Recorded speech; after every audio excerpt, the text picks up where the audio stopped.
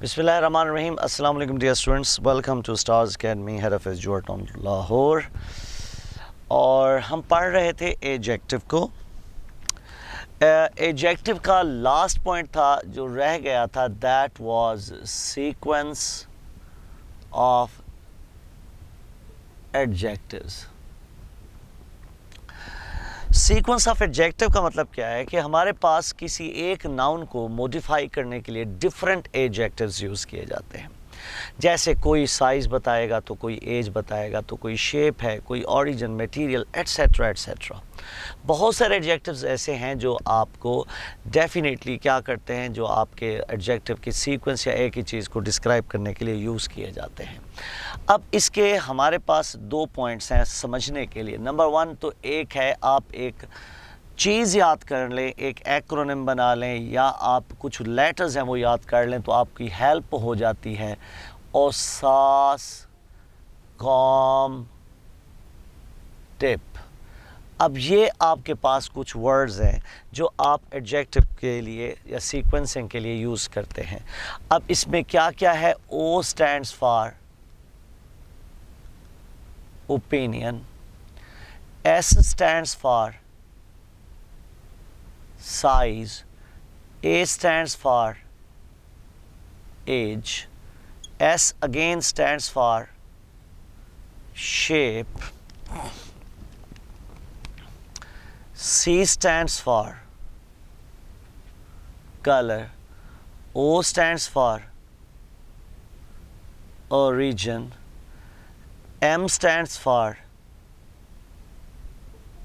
material, T stands for type, and P stands for purpose. अब इसमें कौन कौन से एडजेक्टिव्स फॉल करते हैं? जैसे ओपिनियन में है आपके पास ब्यूटीफुल, स्मार्ट, साइज में है लॉन्ग, स्मॉल,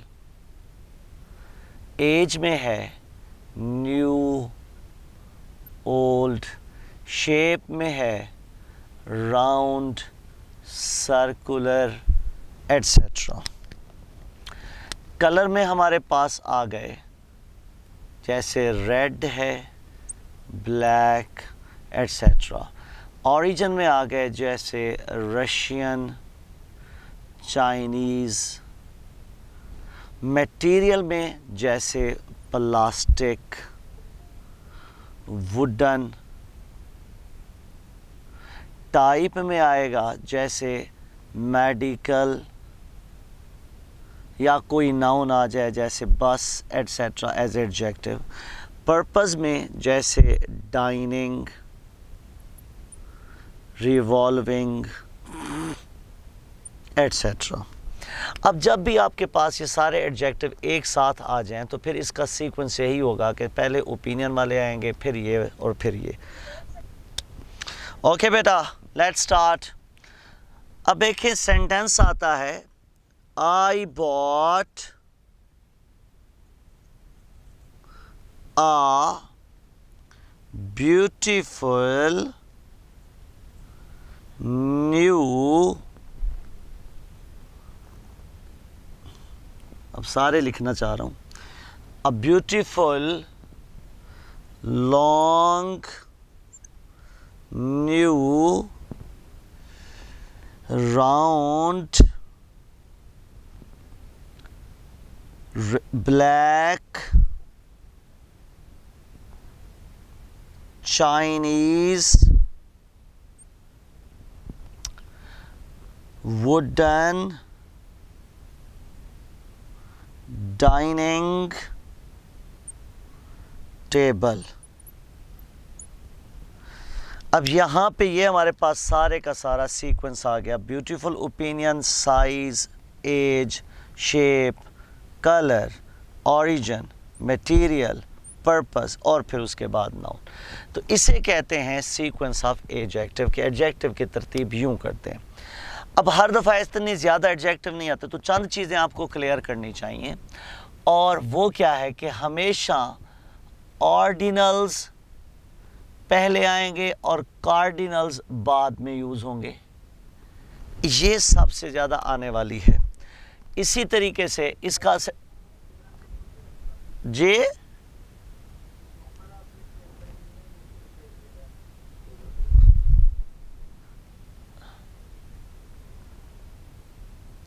हाँ जी, अब नजर आया?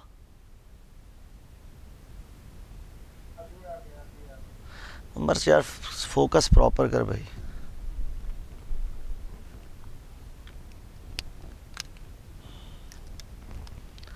कार्डिनल्स और ऑर्डिनल्स।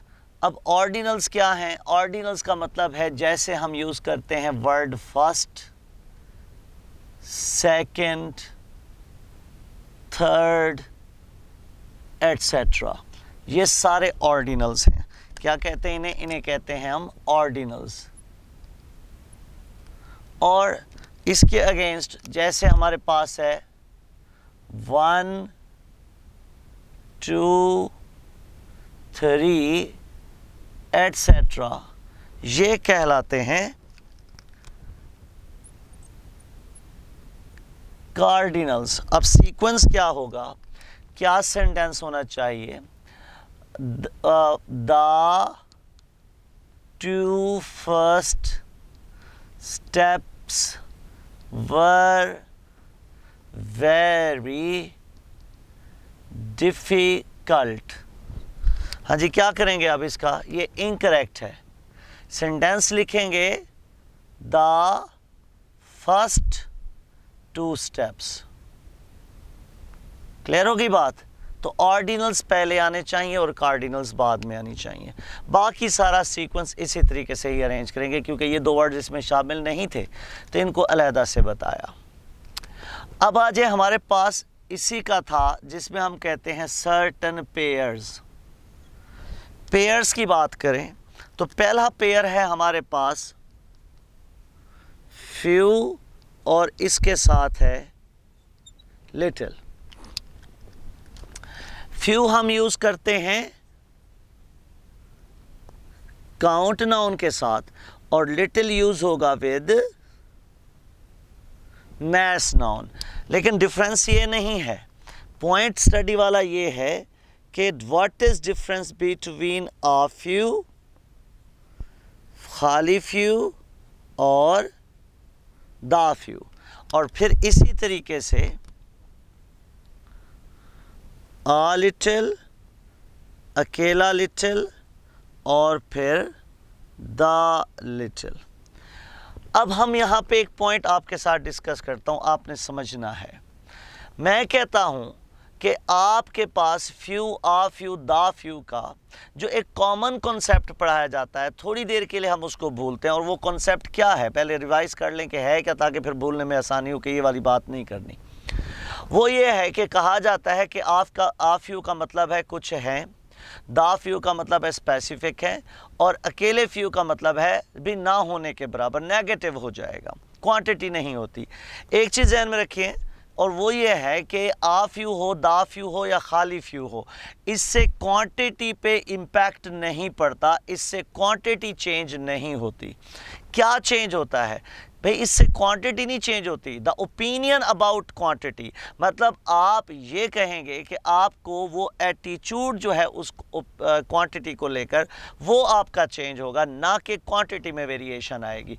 फॉर एग्जांपल, आपके पास आप लिखते हो 10 रुपीज़, ये 10 रुपीज़ फ्यू भी कहला सकते हैं, आ फ्यू भी कहला सकते हैं, और इनको हम दा फ्यू भी कहते हैं।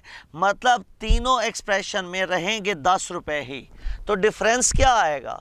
डिफरेंस आएगा कि भी हम इसको कैसे कंसीडर कर रहे हैं। अब इसकी एक एग्जांपल, अब ये लिख दिया, अब लिटिल से इसकी एग्जांपल देते हैं, लिटिल से इसकी एग्जांपल बनाते हैं। कैसे भला? मैं कहता हूं there is water in the jug, comma, so I can make tea। Option अकेला लिटिल, आ लिटिल के द लिटिल। अब देखें हमारे पास यहाँ पे इस पानी को लेके एक पॉजिटिव एटीट्यूड मौजूद है कि मैं इससे चाय बना सकता हूं। तो पॉजिटिव एटीट्यूड है तो उसके लिए हम पिक करेंगे क्या, आ लिटिल। और अगर मेरे पास सेंटेंस हो कुछ यूं, कैसे, there is blank water in the jug,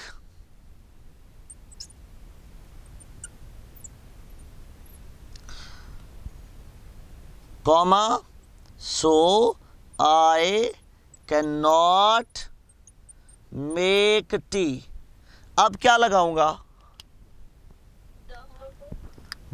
अकेला little, no only little. The little कहाँ लगाते हैं उसकी अभी बात करते हैं। वो कहेंगे कुछ यूं, blank water in the jug is sufficient for me. अब ये सिचुएशन है जिसमें इन द जग की वजह से पानी स्पेसिफिक हो गया। अब लिखूंगा क्या, द लिटिल वाटर। तो यहां पे जो लिटिल यूज किया है उसकी रीजन क्या है, उसकी रीजन है कि आपका एटीट्यूड इस क्वांटिटी को लेके नेगेटिव है कि I can not make tea, मतलब कि पॉसिबल नहीं है इस क्वांटिटी को यूज करना। तो हम कहेंगे यहां पे आ जाएगा अकेला लिटिल।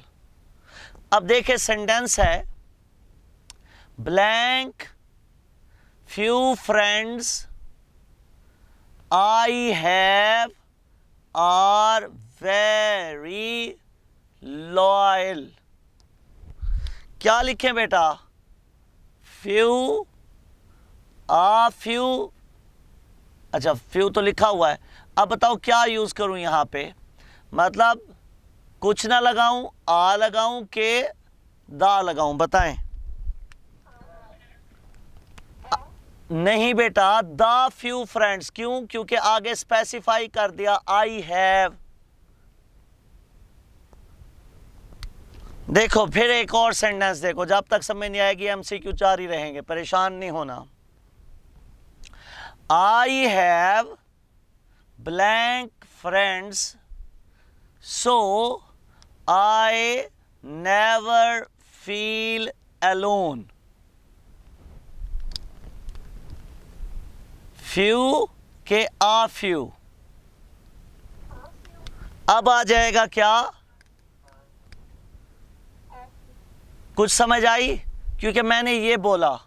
अब इसी को आगे कन्वर्ट करें और कहें I have blank friends so I always feel lonely। आप क्या लिखेंगे जी। अब आ गया अकेला आपके पास फ्यू। क्लियर हो गई बात। अब देखें दोबारा, Ali has blank friends who are very smart। बताओ, few a few।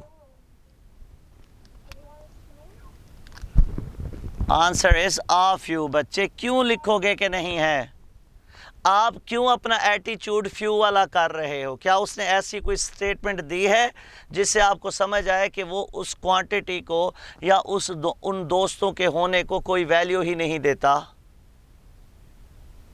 क्लियर होगी बात। अब इसी सेंटेंस को एक और एंगल से लिखें, blank friends Ali has are very smart.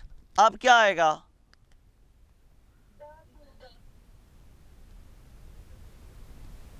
आप किसी को समझ आई है कि क्या कहना चाह रहा हूं? जी,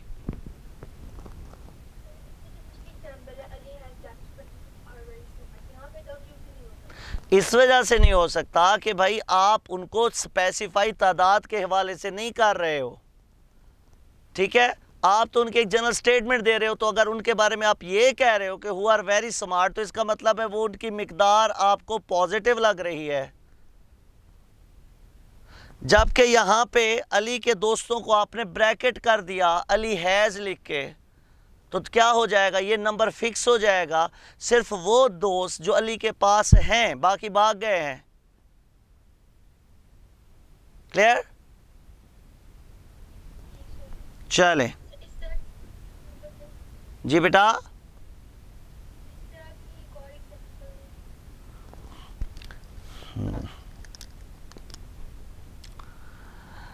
अब कैसे इसको करें?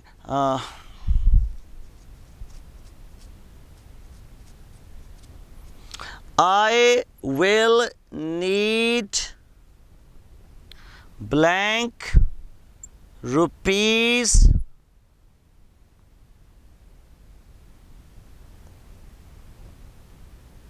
that you have stolen from me। हाँ जी, क्या लगाएंगे? आ फ्यू के दा फ्यू?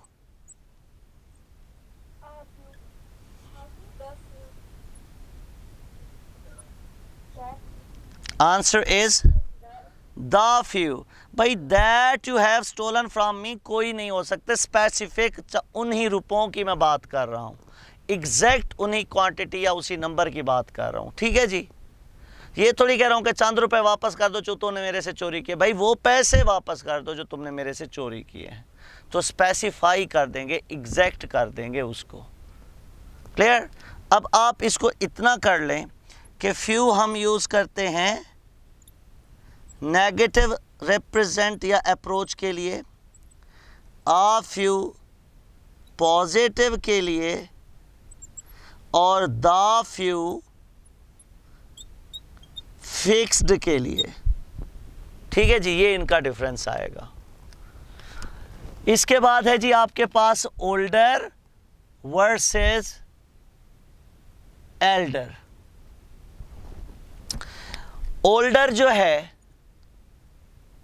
ये यूज होता है for time, and elder is use to represent sequence. और एल्डर को हम यूज करेंगे स्पेसिफिकली फॉर सिबलिंग्स, या फिर लिखेंगे फॉर फैमिली मेंबर्स। अब इनका जो बेस्ट यूज है कि मुझे बताएं क्या ये सेंटेंस करेक्ट है? He is elder to me, is it correct?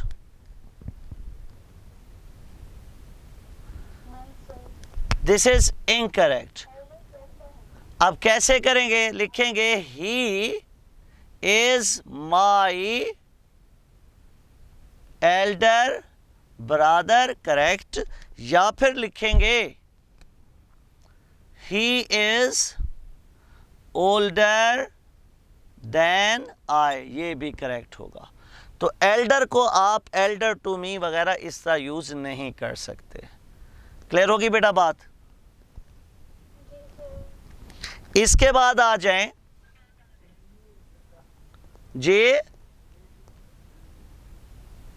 नहीं ये नहीं हो सकता, ये प्रोनाउन में पढ़ाऊंगा इंशाल्लाह किसी प्रोनाउन के टॉपिक में। नेक्स्ट देखो, the elders versus the elderly, the elders या फिर द एल्डरली। अब द एल्डर्स जो हैं ये वंस ओन फैमिली, मतलब मेरे ख़ानदान के जो बड़े हैं उनको मैं एड्रेस करूंगा तो कहूँगा द एल्डर्स। लेकिन द एल्डरली का मतलब है कि जनरल पब्लिक में जो बड़े हैं, जनरल पब्लिक में जो बड़े हैं। अब मुझे बताएं सेंटेंस में क्या लिखना चाहिए? द एल्डर्स या elderly should be respected, elderly, Elder नहीं, क्योंकि ये जनरल स्टेटमेंट है। क्लियर होगी बेटा बात? इसके बाद आ जाएं, हमारे पास आ गया सम वर्सेस एनी। सम और एनी, सम यूज करते हैं कहां पे?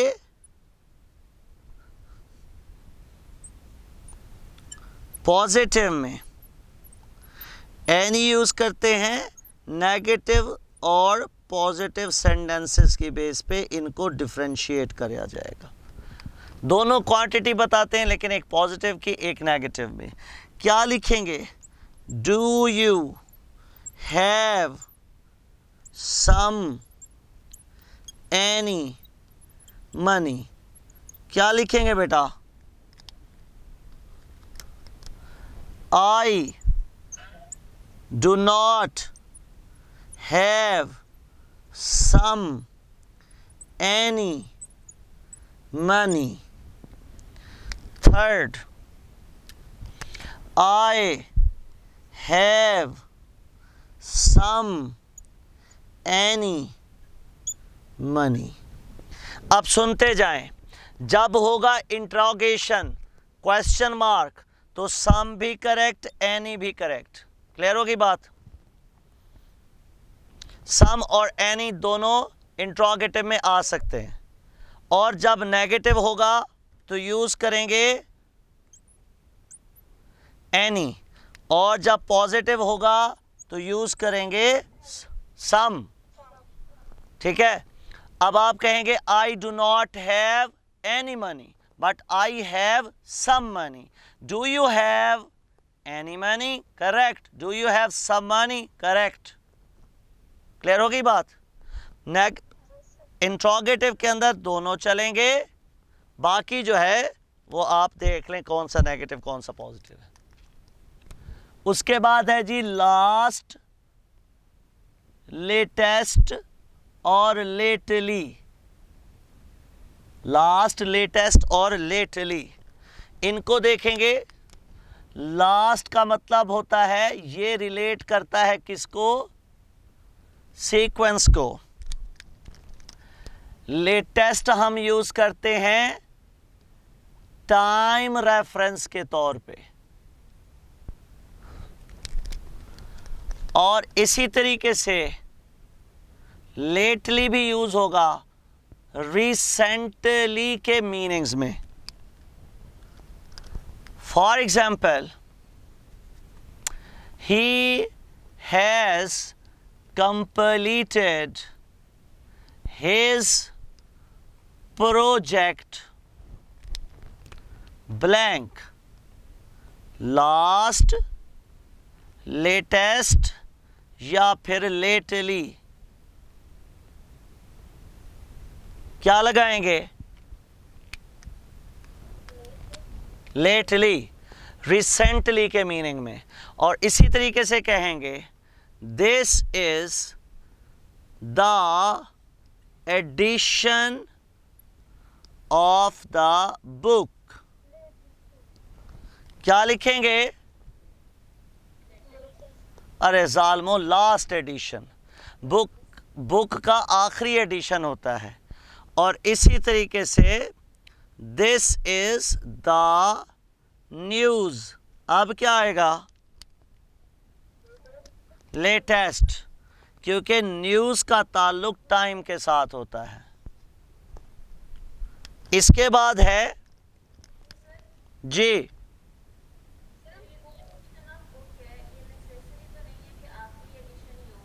अच्छा, और